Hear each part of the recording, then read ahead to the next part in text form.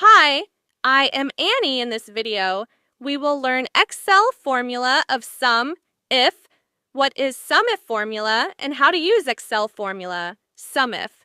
So, stay tuned.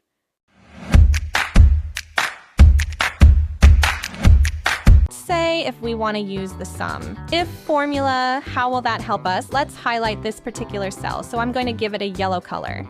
So let's say if we want to find the sum of only the Mazda vehicles, so we don't want to find the sum of all these numbers, but just basically a selected sum, we want to find the sum of a certain element in this list. So what we need to do is type in equal sum, if parenthesis, and then we need to select a range. So the range will be the car type, and then comma, the criteria will be based on whatever is in this cell. Cell B, 14, and then comma, the sum range. So these are the numbers that we wish to add. Close parenthesis, enter.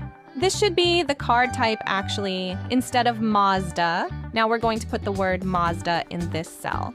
And so notice that we get the total sum of all the Mazda vehicles. So that's 125 plus 142 plus 425. And you can check it if you type in equal sum 125, comma 142, comma 425, 425. It will give you 692. Now you could change it.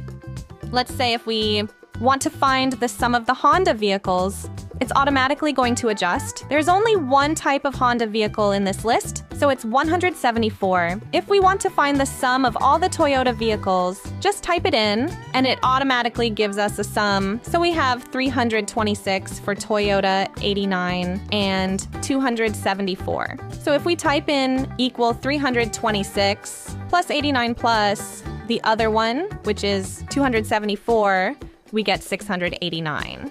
So the SUMIF function helps us to find the sum of a certain element in this list, rather than the sum of all of these numbers. Hi, I am Annie. In this video, we learn Excel formulas of SUMIF.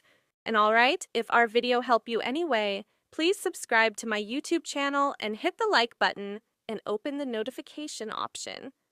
Every time you will see a new video like this, thanks, take care, and bye.